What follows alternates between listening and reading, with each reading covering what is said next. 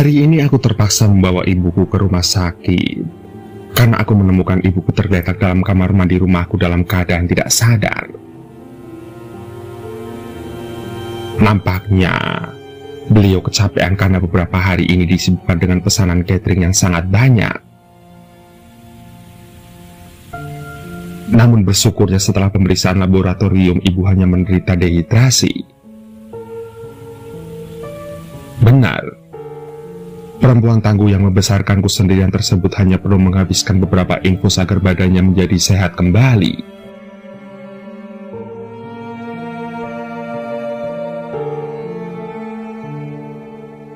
Aku mengikuti seorang suster perawat yang mendorong ibuku di atas kursi roda. Kami keluar dari unit gawat darurat rumah sakit itu dari pintu utara, kemudian naik ke ruang dahlia di lantai 3 dengan sebuah lift. Dan begitu keluar dari lift, bau cat menguar mengisi rongga hidung. Sepertinya lantai ini masih baru dibangun dan belum selesai sepenuhnya. Nampak sisa-sisa bahan bangunan masih berserakan di sepanjang pinggir selasar yang menghubungkan lift dan ruang dahlia. Terlihat ada juga beberapa laki-laki yang sedang mengecat pagar di tangga darurat.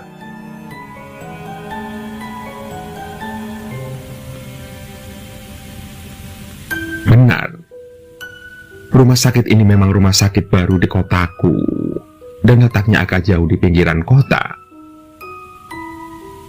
Pemilik rumah sakit sepertinya membebaskan lahan penduduk yang dulu berupa ladang dan sawah.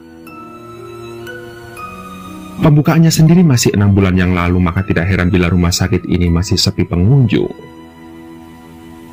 Belum banyak orang yang berobat ke sini. Kesan angker nampak dari UGD sampai lantai 3 tempat aku berpijak saat ini. Suasananya terlihat suram dan mengerikan.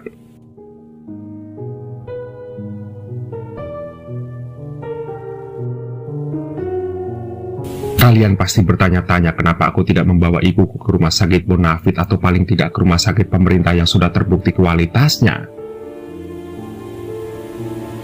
Aku tidak berani membawa ibuku ke rumah sakit pemerintah di kotaku karena saat ini pandemi COVID sedang menggila dan rumah sakit pemerintah digunakan sebagai pusat isolasi. Aku juga tidak berani membawa ibuku ke rumah sakit bonafit karena aku takut dengan biayanya. Pekerjaanku hanyalah seorang karyawan pada sebuah perusahaan rokok. Gaji dan tabunganku tidak seberapa. Apalagi kami tidak mempunyai jaminan asuransi apapun. Jadi rumah sakit baru dan belum terkenal ini menjadi pilihan. Berharap biaya akan bisa lebih murah.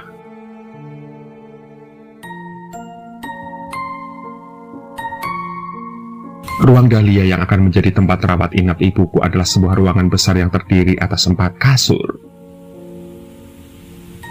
Setiap kasur dibatasi dengan sebuah kelambu yang berwarna hijau muda, senada dengan warna tembok keseluruhan rumah sakit ini. Ibuku mendapatkan kasur paling ujung, bersebelahan dengan kamar mandi. Sebenarnya ada rasa tidak nyaman karena kadang bau pesing kamar mandi sampai di hidung kami jika tertiup hembusan angin. Namun apa boleh buat, karena ketiga bed lainnya masih ada yang mengisi.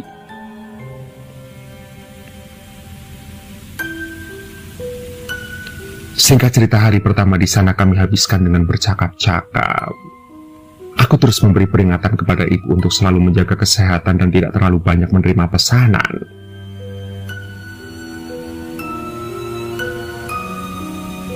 Besok-besok jangan terima pesanan banyak-banyak ya Bu. Badan ibu sudah nggak kuat, ujarku sembari mengelus tangannya. Ibu kan pengen bantuin kamu bayar listrik, Nak. Jawab ibu. Ia beralasan. Halah, bayar listrik berapa sih Bu? Aku masih mampu kok. Ibu harusnya kerja cuma buat ngisi waktu luang saja. Ujarku sambil kusodorkan sebuah botol air mineral kepadanya.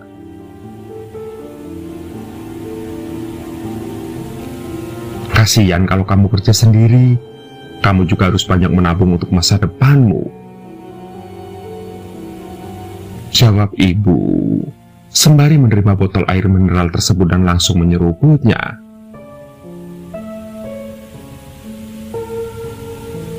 Kalau kamu lelah, kamu bisa menggelar tikar di bawah ibu. Tidurlah barang sebentar, agar capekmu bisa hilang.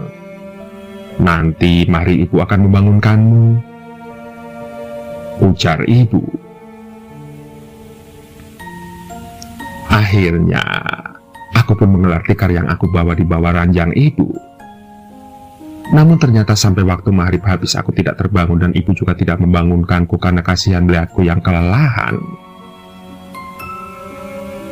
Hingga pukul 7:20 aku terbangun dengan sendirinya.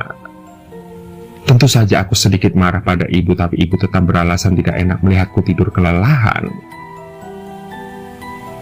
Dan setelah mencuci muka, aku berpamitan kepada ibu untuk turun terlebih dahulu. Perutku terus berbunyi minta diisi. Aku memutuskan akan membeli makan malam dan beberapa cemilan.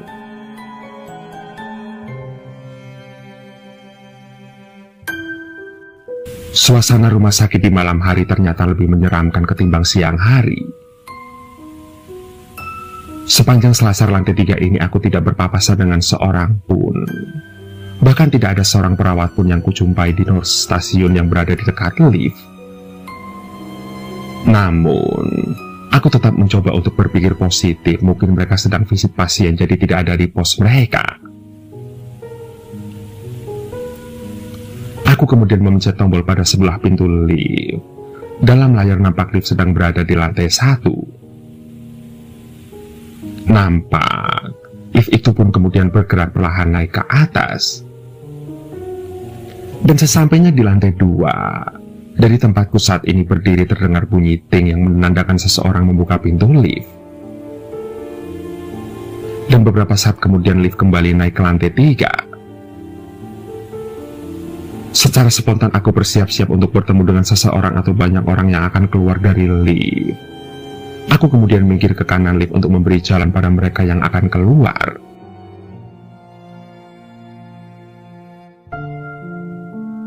Hingga ting, pintu lift itu terbuka tapi bilik lift kosong.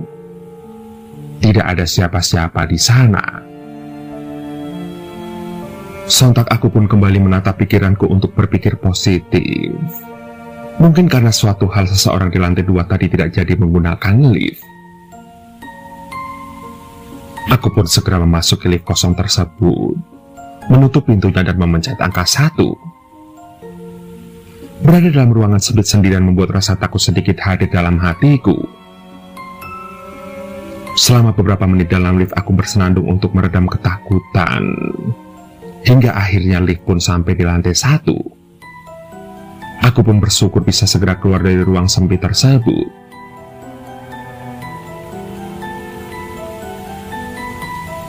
Ting! Lift kembali berbunyi, menandakan aku telah sampai di lantai 1. Begitu pintu terbuka, aku kemudian berpapasan dengan seorang laki-laki muda. Terlihat dari baju yang digunakan nampaknya dia adalah seorang dokter. Namun, badge nama di jaketnya tidak terlihat tertutupi oleh kerai yang terlipat dan kabel stetoskop. Aku kemudian mengangguk taksi. Laki-laki tersebut juga mengangguk. Rambutnya bermodel belah tengah mengingatkanku pada model Cina terkenal zaman dulu. Kulitnya putih cenderung pucat dan senyumannya kosong. Sementara bau wangi terhirup masuk dalam rongga hidungku. Wangi bunga Kamboja. Dan itu adalah selera parfum yang aneh untuk seorang anak muda.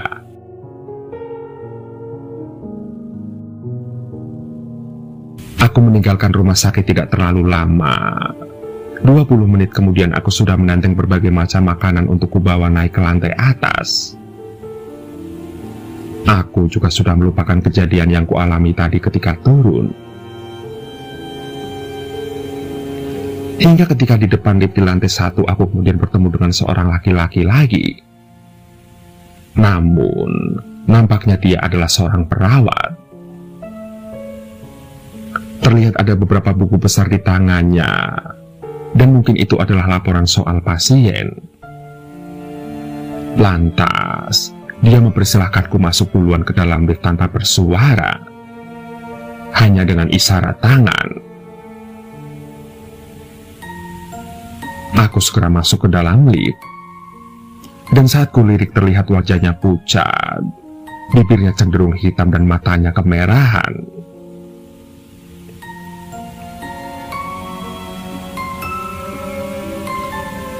Setelah kami berada di dalam lift, laki-laki itu kemudian menutup pintu lift. Aku pun segera memencet angka 3 agar tidak merepotkannya. Lantas, lift pun perlahan naik ke lantai 2. Sesampainya lift di lantai 2, perawat tersebut tidak turun. Lift pun kembali naik perlahan. Namun belum terlalu lama lift tersebut bergerak. Tiba-tiba saja lift berhenti, yang sontak tentu saja membuat aku sangat kaget. Aku berpikir lift mengalami kerusakan dan macet. Apalagi ketika kulihat angka 3 juga belum menyala. Sontak aku pun merasa khawatir, karena berlama-lama dalam ruangan sempit pasti akan membuatku sesak nafas.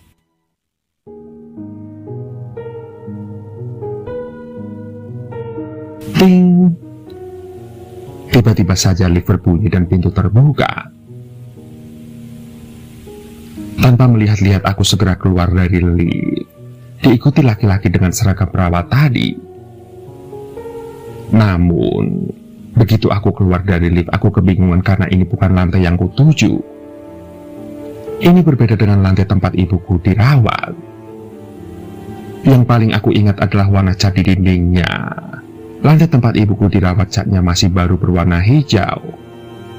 Sementara lantai ini dindingnya dicat warna putih.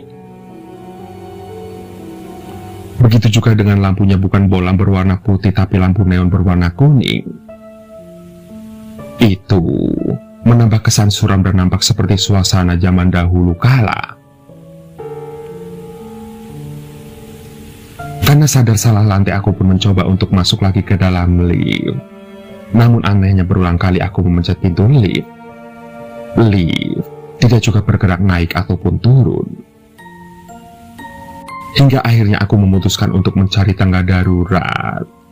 Aku kemudian berjalan mengelilingi lantai itu. Beberapa kali aku berpapasan dengan suster perawat.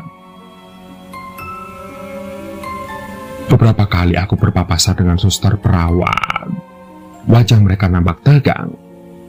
Mereka berjalan lurus tanpa menoleh sedikit pun. Beberapa kali juga aku bertemu dengan pasien. Ada yang didorong di atas kursi roda, dan ada juga yang berjalan dipapa oleh keluarga mereka.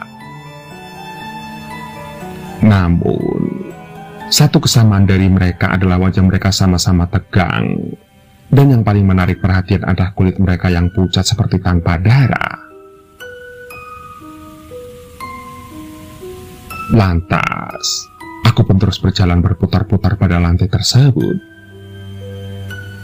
Tapi semakin aku jauh berjalan dan merasa lelah, aku merasa aku hanya berputar-putar di seputaran lift saja. Hingga akhirnya aku memberanikan diri bertanya pada seorang suster perawat yang kutemui. Perawat perempuan itu memakai baju terusan berwarna putih. Kaki jenjangnya ditutupi oleh kaos kaki putih yang panjang. Sepatu flat hitam ada pada kakinya. Sementara rambutnya digelung dan topi hitam menutupi rambut bagian depannya. Sontak, hal itu mengingatkanku pada penampilan perawat zaman perang dulu.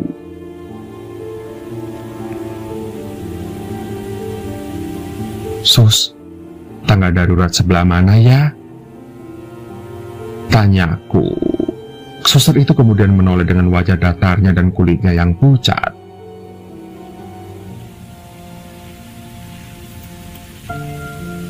"Lift satu-satunya jalan keluar dari sini. Jangan kamu pergi jauh-jauh dari lift." Jawab suster itu. Tapi liftnya rusak, Sus. Ujarku. Namun suster tersebut hanya diam. Dan setelahnya suster itu langsung masuk ke dalam sebuah ruangan. Setelah mendengar penjelasannya, aku segera kembali ke tempat pintu lift itu berada.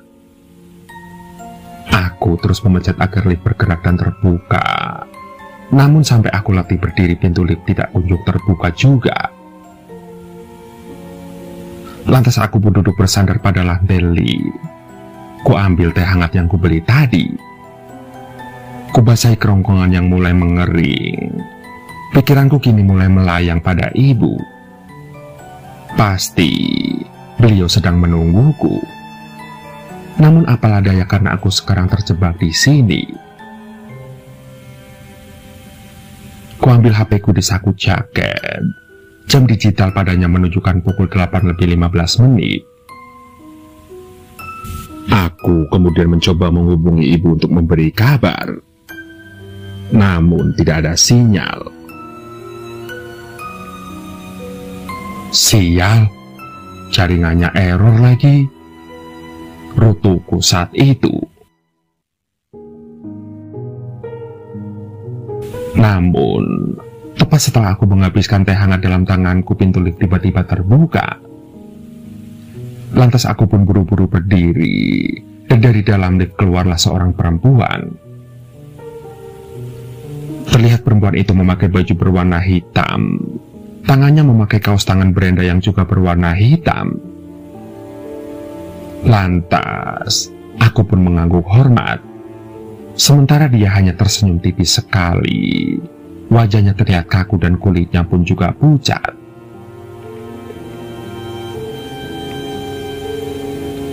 Singkat cerita, setelah masuk ke dalam lift, aku segera memencet angka 3. Pintu lift pun kemudian menutup dan bergerak naik.